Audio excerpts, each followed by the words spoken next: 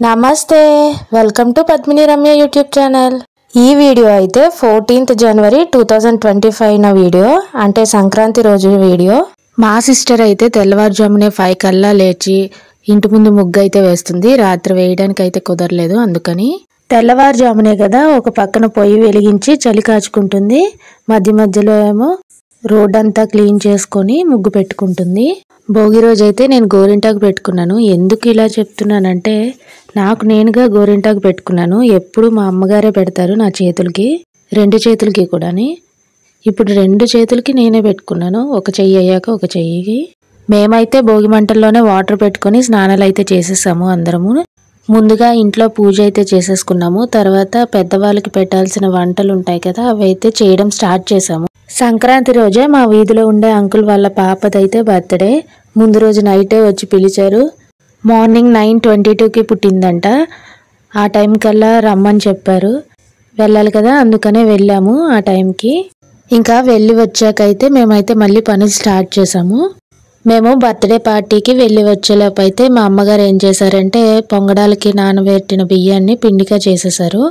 పిండి రెడీ చేసేసారు కదా, ఇంకా బెల్లం పాకం పెట్టేసి పాకం వచ్చేసిన తర్వాత ఆ పిండిని అయితే కలిపేసి పొంగడాలకైతే రెడీ చేసేసారు।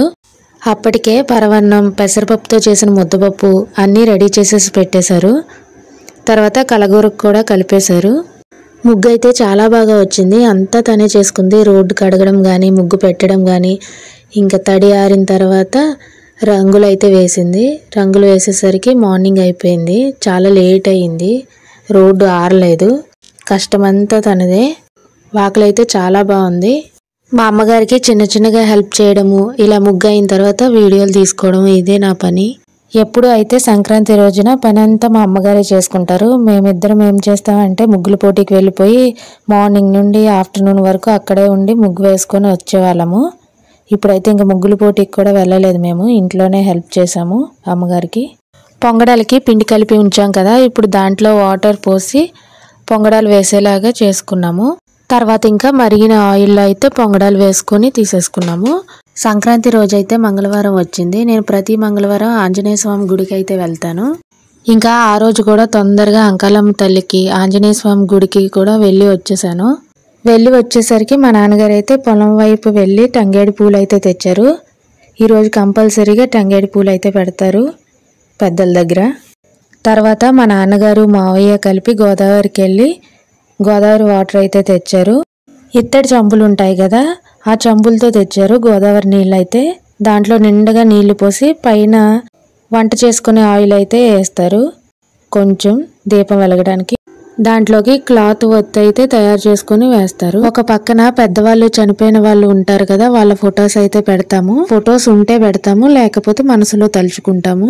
ఇక్కడ మెయిన్ గా కావాల్సింది గుమ్మడికాయ ముక్క, ఆ తంగేడు పువ్వులు కావాలి, అవి కూడా పెడతాము। అలానే అరటిపళ్ళు, కొబ్బరికాయ కూడా కొడతాము। చెంబులో పెట్టిన ఒత్తి అయితే వెలిగిస్తారు।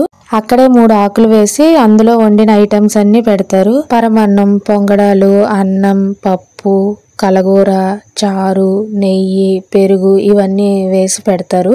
అలానే వాటర్ కూడా పెడతారు। ఇప్పుడు ఎవరికి బట్టలు పెడుతున్నామో వాళ్ళ పేర్లు అయితే తలుచుకొని ఒక్కొక్కరిగా బట్టలు అయితే పక్కన పెట్టేస్తాము। మేము ఇక్కడ 2 ఎందుకు పెట్టామంటే ఒకవైపు ఏమో అమ్మమ్మ గారిది, ఒకవైపు ఏమో నానమ్మ గారిది పెట్టాము।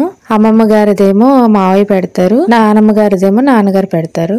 తర్వాత గుగ్గిలం పొగ వేసి ఫైనల్ గా హారతి అయితే ఇచ్చేస్తాము। తర్వాత 5 మినిట్స్ బయటకు వెళ్ళిపోయి తలుపు అయితే వేసేస్తాము। లోపలికి వెళ్ళేటప్పుడు మాత్రం తలుపు కొట్టి పెద్దలందరినీ తలుచుకొని వస్తున్నామని చెప్తాము, అప్పుడు లోపలికి వెళ్తాము। తర్వాత అక్కడ పెట్టిన ప్రసాదాలు అందరూ తింటాము। మధ్యాహ్నం 12కి అయితే పెద్దవాళ్ళు వస్తారంట, ఆ టైంలోనే మేము పెడతాము ఇవన్నీ। తినేసిన తర్వాత ఈవినింగ్ అయితే అక్కడ పెట్టిన బట్టలన్నీ తీసుకొని అందరం వేసుకుంటాము। ఈ సంవత్సరం మేమైతే వేసుకోలేదు।